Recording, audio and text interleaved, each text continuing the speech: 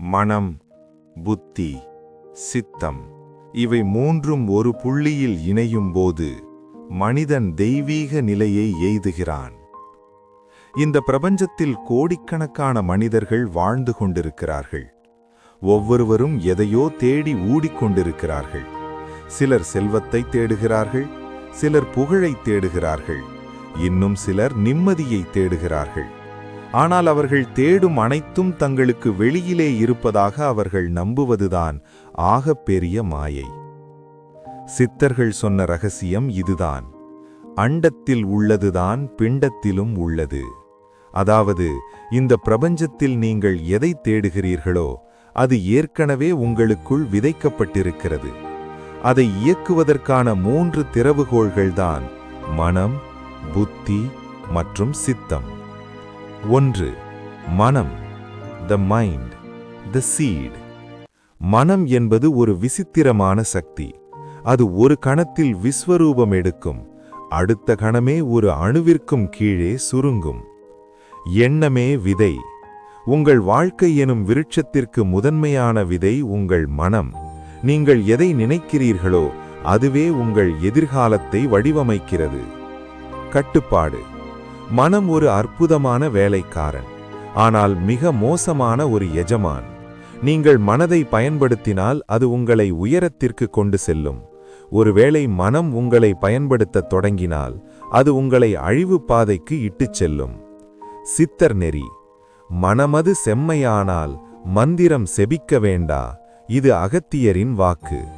மனதை ஒருமுகப்படுத்துவதே முதல் படி. புத்தி, தி இன்டெலெக்ட், தி டிரைவர்.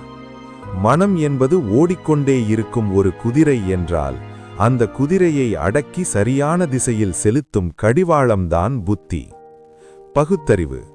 மனம் ஆசைகளை மட்டுமே காட்டும், டிசையர். ஆனால் புத்திதான் எது சரி, ரைட், எது தவறு, ராங் என்பதை தீர்மானிக்கும். திசைவேகம். புத்தியில்லாத மனம் திசையறியாது ஓடும் கப்பலை போன்றது. உங்கள் அறிவாற்றலைக் கொண்டு மனதின் வேகத்தை சீரமைப்பதே புத்தியின் வேலை. விழிப்புணர்வு. புத்தி விழித்திருக்கும் போது மனம் தவறான பாதையில் செல்ல அஞ்சும். ஒரு செயலை செய்வதற்கு முன் அதன் விளைவை ஆராயும் திறன் புத்திக்கு மட்டுமே உண்டு. சித்தம், த கான்ஷியஸ்னஸ், த ஸ்டோர் ஹவுஸ். இங்குதான் உண்மையான ரகசியம் ஒளிந்திருக்கிறது. சித்தம் என்பது உங்கள் ஆழ் மனதிற்கும் அப்பாற்பட்ட ஒரு பதிவுக்கூடம், டீப் இம்ப்ரிண்ட். பதிவுகளின் தொகுப்பு. நீங்கள் மீண்டும் மீண்டும் எதை சிந்திக்கிறீர்களோ, எதை ஆழ்ந்து நம்புகிறீர்களோ அது உங்கள் சித்தத்தில் ஒரு பதிவாக மாறுகிறது. இயக்கமுறை. உங்கள் வாழ்க்கை என்பது உங்கள் புத்தி எடுக்கும் முடிவுகளால் மட்டும் நடப்பதில்லை. உங்கள் சித்தத்தில் என்ன பதிவாகி இருக்கிறதோ அதுவே உங்களை அறியாமலேயே உங்கள் வாழ்வை இயக்குகிறது. மாற்றம். சித்தத்தை சுத்தம் செய்வதே சித்தர்கள் சொன்ன ஞானம்.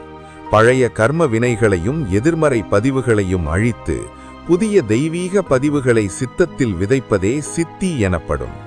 ஒருங்கிணைப்பு. இன்று பலருடைய தோல்விக்கு காரணம் அவர்களுக்குள் இருக்கும் முரண்பாடு.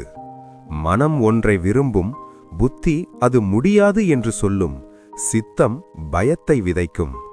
இந்த நிலையில் ஈர்ப்பு விதி வேலை செய்யாது. சக்தி.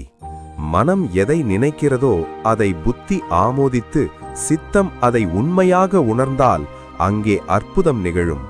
இந்த முத்திரன் ஒருங்கிணைப்பு நிகழும்போது பிரபஞ்சம் உங்கள் கட்டளைக்கு அடிபணியும்.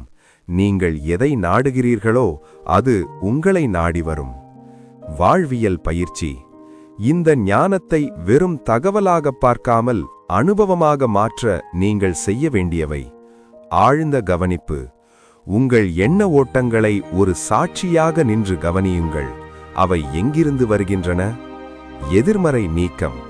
என்னால் முடியாது என்ற எண்ணம் வரும்போது அதை புத்தியால் தடுத்து என்னால் மட்டுமே முடியும் என்ற நேர்மறை ஆற்றலாக மாற்றுங்கள். உணர்தல்.